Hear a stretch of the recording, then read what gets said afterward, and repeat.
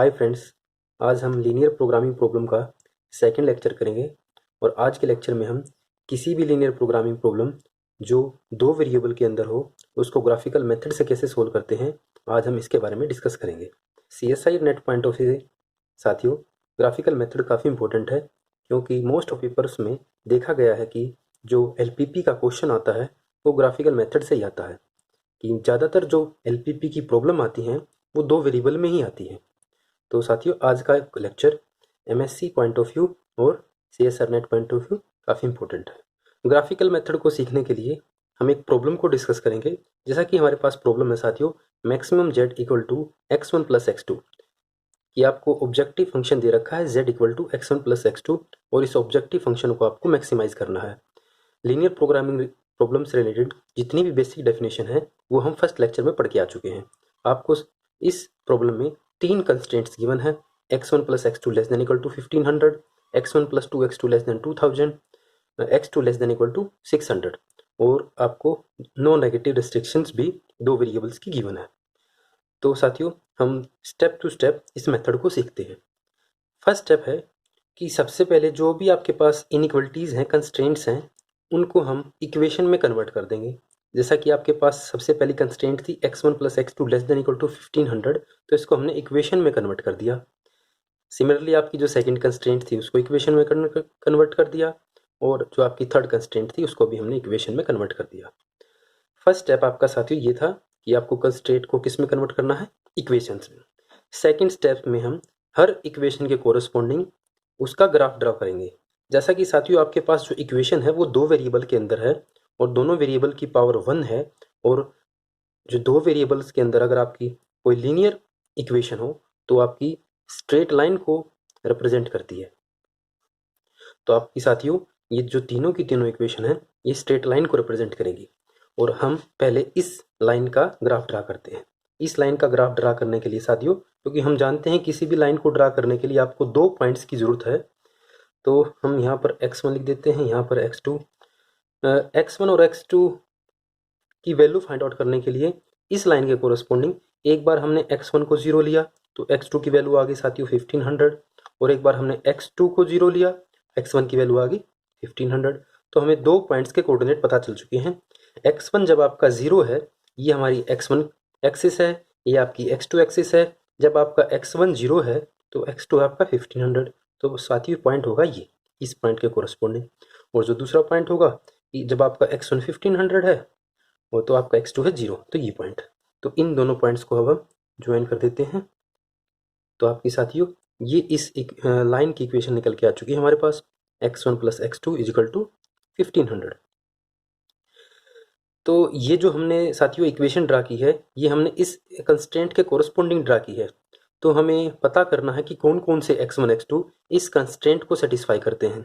तो उसके लिए कि कौन से x1 x2 इस कंस्टेंट को सेटिस्फाई करेंगे, इस लाइन से नीचे वाले पॉइंट्स इसको सेटिस्फाई करेंगे या इससे ऊपर वाले सेटिस्फाई करेंगे, उसको चेक करने के लिए हम ओरिजिन के, जो आपका ओरिजिन होता है उसके पॉइंट्स को हम हमारी कंस्टेंट के अंदर पुट करके देख लेते हैं। ओरिजिन के, जैसे कि साथियों हम जानते हैं ओरिजिन के कोऑर्डिनेट होंगे 0 0, तो अगर आप इसमें 0 0 पुट करोगे तो ये आपकी इनइक्वालिटी होल्ड हो जाएगी। इसका मतलब जो नीचे वाला पोर्शन है सारा का सारा ये आपका इस कंस्टेंट को सेटिस्फाई करेगा। सिमिलरली साथियों, हम x1 plus 2 x2 equal to 2000 इसके कोरस्पॉन्डिंग लाइन को ड्रा करते हैं, क्योंकि आपकी ये भी किसी ना किसी लाइन को रिप्रेजेंट करेगी। तो इसको भी ड्रा करने के लिए बड़ा ही सिंपल सा मेथड है। x1 x2 की वैल्यू फाइंड आउट करने के लिए हम x1 की वैल्यू अगर 0 लेते हैं तो x2 की वैल्यू आ जाएगी साथियों 1000, और अगर आप x2 को 0 लोगे तो x1 की वैल्यू आ जाएगी 2000। तो इस पॉइंट के कोरस्पॉन्डिंग जो आपके पॉइंट होंगे साथियों वो होंगे, एक तो ये पॉइंट होगा 0 1000, और एक पॉइंट ये होगा 2000 0। इन दोनों पॉइंट्स को हम फिर से ज्वाइन कर देते हैं लाइन से। तो फिर से हम वही कि आपकी कौन कौन से पॉइंट इस कंस्टेंट को सेटिस्फाई करेंगे, हम 0 ओरिजिन के पॉइंट्स, ओरिजिन के कोऑर्डिनेट्स को हम इसके अंदर पुट करके देख लेते हैं, आपकी इक्वेशन सेटिस्फाई हो जाएगी। तो इससे नीचे वाला सारा का सारा पोर्शन आपकी इस कंस्टेंट को सेटिस्फाई करेगा। सिमिलरली साथियों, हम थर्ड जो आपकी इक्वेशन है, थर्ड इक्वेशन है x2 equal to 600। x2 equal to 600 का मतलब है साथियों कि जो आपकी x1 की वैल्यू है वो आप कोई भी एज्यूम कर लो, और जो x2 है वो आपका फिक्स है। तो हम एक बार x1 की वैल्यू 0 ले लेते हैं, और एक बार हम 500 ले लेते हैं। तो जब आपकी x1 की वैल्यू 0 है और x2 आपका 600 मान लेते हैं, आपका 600 ये है और ये 500 ये वाला पॉइंट आ गया, तो आपकी ये लाइन बन के आ गई। और फिर से हम इस कंस्टेंट को सेटिस्फाई करने वाले पॉइंट फिर से हम ओरिजिन के कोऑर्डिनेट पुट करेंगे, तो आपका ये पोर्शन आ जाएगा साथियों।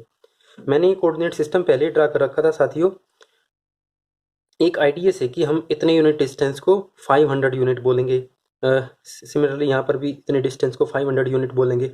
अगर हमें ये इक्वेशन आपको प्योर ग्राफ में ड्रा करनी हो तो वहाँ पर हमें स्केल को डिफाइन करना होता है, लेकिन जैसा कि हमारे क्वेश्चंस में हमें प्रॉब्लम ग्राफ के अंदर ड्रा ना करके प्लेन पेपर पर ड्रा करनी होती है, तो हम नॉर्मली अंदाजे से हमारे क्वेश्चंस को देखते हुए हमारी जो स्केल है उसको डिसाइड करते हैं। जैसा कि साथियों फर्स्ट स्टेप में हमने इन इनक्वलिटीज़ को इक्वेशन में कन्वर्ट किया, सेकंड स्टेप में हमने इन सारी की सारी इक्वेशन को ड्रा कर दिया, और थर्ड स्टेप है साथियों अब हमें कॉमन पोर्शन निकालना है कि जो तीनों की तीनों कंस्ट्रेंट्स को एक साथ सेटिस्फाई करे। तीनों की तीनों कंस्ट्रेंट्स को एक साथ सेटिस्फाई करने के लिए ये तीनों लाइनें एक ग्राफ में ड्रा करनी होंगी, वो मैंने पहले ड्रा कर ली है साथियों। ये आपकी लाइन है x2 = 600, ये आपकी लाइन है x1 + x2 = 2000, और ये आपकी लाइन है x1 + x2 = 1500। तो जो कॉमन पोर्शन है, कॉमन पोर्शन होगा साथियों ये वाला D to C, C to B और B to A। इससे नीचे जितना भी पोर्शन है इसको आप बढ़ा सकते हो इस साइड, और इसको इससे बढ़ा, तो इससे नीचे वाला जो सारा का सारा पोर्शन है साथियों वो कहलाता है LPP का सॉल्यूशन। लेकिन हम सॉल्यूशन के अंदर इंटरेस्टेड नहीं है, हम चाहते हैं फिजिबल सॉल्यूशन। और फिजिबल सॉल्यूशन की मैंने आपको साथियों की फर्स्ट लेक्चर के अंदर डेफिनेशन बताई थी। फिजिबल सॉल्यूशन उस सॉल्यूशन को बोलते हैं जो आपकी नॉन नेगेटिव रिस्ट्रिक्शन को भी सेटिस्फाई कर दे। और यहाँ पर नॉन नेगेटिव रिस्ट्रिक्शन का मतलब है कि आपके x1 और x2 दोनों के दोनों नॉन नेगेटिव हों। तो नॉन नेगेटिव होने का मतलब आपका जो फर्स्ट क्वाड्रेंट है उसके अंदर ही x1 x2 की वैल्यू रहनी चाहिए। तो जो फिजिबल रीजन आएगा साथियों वो ये वाला पोर्शन आ जाएगा। ये आपका थर्ड स्टेप है कि स्टेप थर्ड के अंदर हमें क्या फाइंड आउट करना है साथियों, स्टेप थर्ड के अंदर हमें फिजिबल रीजन फाइंड आउट करना है। Feasible region, feasible region find out होने के बाद इस फिजिबल रीजन का कोई भी पॉइंट्स आपका फिजिबल सॉल्यूशन कहलाता है। पिछले लेक्चर में साथियों हमने इनफिजिबल सॉल्यूशन की डेफिनेशन नहीं बता पाए, तो इनफिजिबल सॉल्यूशन होता है साथियों जो सॉल्यूशन बच गए, जैसा कि इन कोऑर्डिनेट एक्सिस से नीचे वाले जो पॉइंट बच गए वो सारे के सारे आपके कंस्ट्रेंट्स के सॉल्यूशन तो थे लेकिन वो आपके फिजिबल नहीं है, तो वो आपके कहलाते हैं इनफिजिबल सॉल्यूशन। लेकिन साथियों हम तो ऑप्टिमल सॉल्यूशन फाइंड आउट करने में इंटरेस्टेड हैं। ऑप्टिमल सॉल्यूशन का मतलब कि जो हमारे ऑब्जेक्टिव फंक्शन को क्या कर दे, मैक्सिमाइज कर दे, क्योंकि हमें एक प्रॉब्लम में क्या करना था, हमारे ऑब्जेक्टिव फंक्शन को मैक्सिमाइज करना था। तो हम चाहते हैं कि हमारा जो ऑब्जेक्टिव फंक्शन है हमें ऐसे x1 x2 चाहिए कि हमारे जो ऑब्जेक्टिव फंक्शन को क्या कर दे, मैक्सिमाइज कर दे।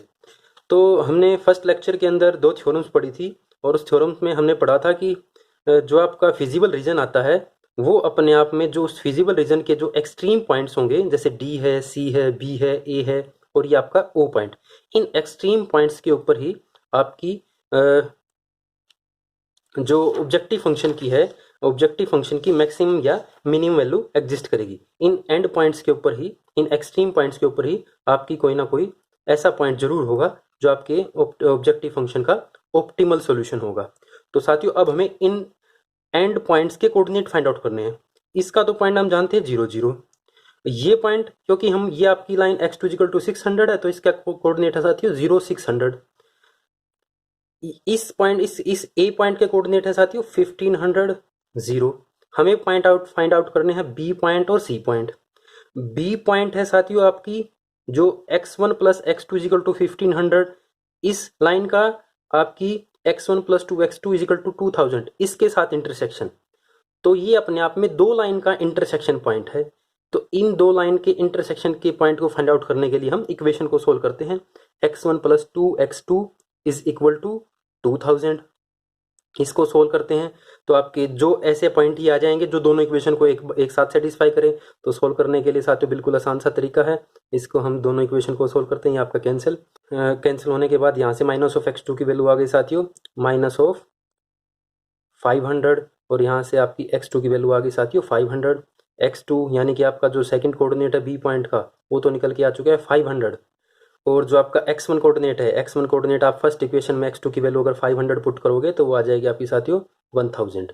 तो आपका जो फर्स्ट कोऑर्डिनेट है x1 कोऑर्डिनेट है, तो b पॉइंट्स के कोऑर्डिनेट हमने फाइंड आउट कर लिए हैं। b पॉइंट्स के कोऑर्डिनेट है 1500।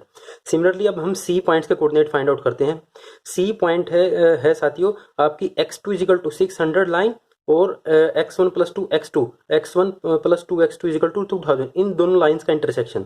तो इसमें आपकी x2 की वैल्यू तो 600 हमें गिवन ही है, तो आप इसमें x2 की वैल्यू 600 गिवन, तो c का जो x2 वाला कोऑर्डिनेट है वो तो आपका 600 है ही। तो x1 वाला कोऑर्डिनेट निकालने के लिए हम x2 की वैल्यू 600 पुट करते हैं। तो 600 टू जा 1200, उस साइड जाके आपकी जो x1 की वैल्यू आ जाएगी साथी वो आ जाएगी 800। तो हमारे c के भी कोऑर्डिनेट निकल के आ चुके हैं। तो इन सभी जो आपके एक्सट्रीम पॉइंट्स हैं उनको हम बारी बारी हमारे ऑब्जेक्टिव फंक्शन के अंदर पुट करते हैं। ऑब्जेक्टिव फंक्शन जैसा कि साथियों था आपका x1 plus x2 at point O point के ऊपर आपके z की वैल्यू 0 है। एट पॉइंट ए पॉइंट्स के ऊपर z की वैल्यू है 1500। एट बी पॉइंट के ऊपर आपके ऑब्जेक्टिव फंक्शन की वैल्यू है साथियों 1500 ही, क्योंकि आपका x1 है 1000, x2 है 500। और आपकी एट पॉइंट सी के ऊपर आपके ऑब्जेक्टिव फंक्शन की वैल्यू है 1400, 800 प्लस 600 1400। तो इसका मतलब साथियों इस बी पॉइंट के ऊपर और इस ए पॉइंट के ऊपर आपके जो ऑब्जेक्टिव फंक्शन की वैल्यू है वो मैक्सिमम आने लग रही है। ये साथियों इस प्रॉब्लम को लेने का एक रीज़न ये भी था कि मोस्टली स्टूडेंट्स ये सोचते हैं कि ऑप्टिमल सॉल्यूशन जो एग्जिस्ट करता है वो एक ही पॉइंट के ऊपर एग्जिस्ट करता है, लेकिन इस प्रॉब्लम में हमारा जो ऑप्टिमल सॉल्यूशन है वो बी और ए के ऊपर, बी पॉइंट और ए पॉइंट दोनों के ऊपर जो ऑब्जेक्टिव फंक्शन की है वो वैल्यू यूनिक आने लग रही है, एक ही आने लग रही है। तो साथियों मैं आपको बताना चाहता हूँ ऑब्जेक्टिव फंक्शन की जो मैक्सिमम वैल्यू है या मिनिमम वैल्यू है वो तो यूनिक एग्जिस्ट करती है, लेकिन ये यूनिक वैल्यू एक से ज़्यादा पॉइंट के ऊपर भी एग्जिस्ट कर सकती है। जैसा कि साथियों इस बी पॉइंट और ए पॉइंट के ऊपर एग्जिस्ट की, तो इस बी और ए को ज्वाइन करने वाले जितने भी पॉइंट्स हैं वो उन सभी पॉइंट्स के ऊपर इस जेड की वैल्यू आपकी 1500 ही आएगी। तो इस बात का मतलब इस ऑब्जेक्टिव फंक्शन के लिए जो इसको मैक्सिमाइज करते हैं पॉइंट्स वो इनफाइनाइट मैनी है। लेकिन CSR net point of view अगर आपको इस बात को जल्दी से फाइंड आउट करना हो तो उसको जल्दी से फाइंड आउट करने के लिए हम ये चेक करते हैं कि आपकी जो ऑब्जेक्टिव फंक्शन है, ऑब्जेक्टिव फंक्शन जैसे कि आपका था x1 प्लस x2, तो इसमें एक मिनट के लिए हम z को 0 पुट कर देते हैं। z को अगर आप 0 पुट करोगे तो आ जाएगा x1 plus x2 equal to 0। तो ये भी अपने आप में एक लाइन की इक्वेशन है। तो हम इस लाइन का स्लोप निकालते हैं और जो आपकी कंस्ट्रेंट से जो हमने इक्वेशन बनाई है उनमें से स्लोप निकालते हैं। स्लोप निकालने का बिल्कुल आसान तरीका साथियों, ax plus B Y plus C अगर आपकी किसी भी लाइन की अगर जनरल इक्वेशन है तो स्लोप कैसे निकालते हैं। पहले तो हम बी वाई को एक तरफ रखते हैं माइनस ऑफ ax माइनस सी, और यहाँ से y का कोफिशिएंट 1 बनाने के बाद जो आपका स्लोप आता है साथियों वो आता है माइनस x का कोफिशिएंट, x के कोफिशिएंट का नेगेटिव। अगर इस फॉर्म में आपने इक्वेशन लिख दी है तो यहाँ पर स्लोप है माइनस a बाई बी। तो इस केस में जब हमने ऑब्जेक्टिव फंक्शन z की वैल्यू 0 जूम कर ली है तो इस केस में जो y का काम कर रहा है साथियों आप किसी को भी अजूम कर सकते हो। x1 x2 में नॉर्मली हम x2 जो दूसरा वेरिएबल है उसको हम y अजूम करेंगे। तो इस लाइन का जो स्लोप है वो साथियों कितना है, x2 is equal to minus of x1। तो इस लाइन का स्लोप है आपका साथियों -1। और जो आपके पास कंस्ट्रेंट गिवन थी उनको जब हमने इक्वेशन में कन्वर्ट किया तो वहां पर आपकी ये लाइन की इक्वेशन थी, इसका भी स्लोप आपका कितना ही था साथियों, -1 ही। लेकिन हमें क्या बात ध्यान में रखनी होती है, जब हमने इन लाइंस का ग्राफ ड्रा किया तो आपकी ये लाइन आपकी फिजिबल रीजन के अंदर आनी चाहिए। जैसा कि आपकी ये लाइन थी x1 plus x2 equal to 500, ये आपकी जो ब्लू लाइन थी ये फिजिबल रीजन के अंदर इंक्लूड है। तो इसीलिए इस प्रॉब्लम के इनफाइनाइट सॉल्यूशन एग्जिस्ट किए, क्योंकि ऑब्जेक्टिव फंक्शन का स्लोप और आपकी कंस्ट्रेंट से जो इक्वेशन बनी उन दोनों का स्लोप क्या था, बिल्कुल सेम था। तो नेट पॉइंट ऑफ व्यू से अगर आपको फ्रीक्वेंटली फाइंड आउट करना हो तो आपको ऑब्जेक्टिव फंक्शन का स्लोप और कंस्ट्रेंट से इक्वेशन बनी उनका स्लोप चेक करना होता है। अगर वो स्लोप आपके इक्वल आ जाते हैं और आपकी जो इक्वेशन जिसका स्लोप ऑब्जेक्टिव फंक्शन के इक्वल आया है अगर वो आपके फिजिबल रीजन के अंदर भी कंट्रीब्यूट करने लग रही है तो उस लीनियर प्रोग्रामिंग प्रॉब्लम के इनफाइनाइट सॉल्यूशन होंगे। तो आप उम्मीद है साथियों आप किसी भी लीनियर प्रोग्रामिंग प्रॉब्लम जिसके अंदर दो वेरिएबल है उसको इजीली से सोल्व कर सकते हो। हम जल्दी से इस लीनियर प्रोग्रामिंग की ज्योमेट्रिक प्रॉपर्टीज के बारे में पढ़ते हैं। पहली प्रॉपर्टी ये है साथियों, जैसा कि हमने इस प्रॉब्लम को लीनियर प्रोग्रामिंग प्रॉब्लम को जब ग्राफ से ड्रा किया तो आपके पास जो फिजिबल रीजन आया है वो अपने आप में इस शेप का है। और इस शेप को मैंने आपको पहले लेक्चर में बताया था, इस शेप को हम बोलते हैं कन्वेक्स रीजन या कन्वेक्स शेप। क्योंकि आप किन्हीं भी इस शेप का अगर कोई भी दो पॉइंट उठाओगे उनके ज्वाइन करने वाली कोई भी लाइन जो होगी वो इसी रीजन के अंदर रहेगी।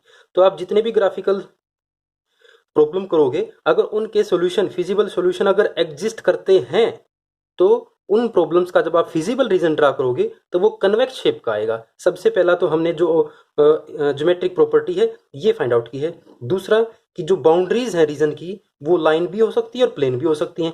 लाइन तो देख लेते हैं साथ ही फिजिबल रीजन की अपने आप में एक लाइन सेगमेंट है, ये लाइन सेगमेंट है, तो ये बात तो ठीक है।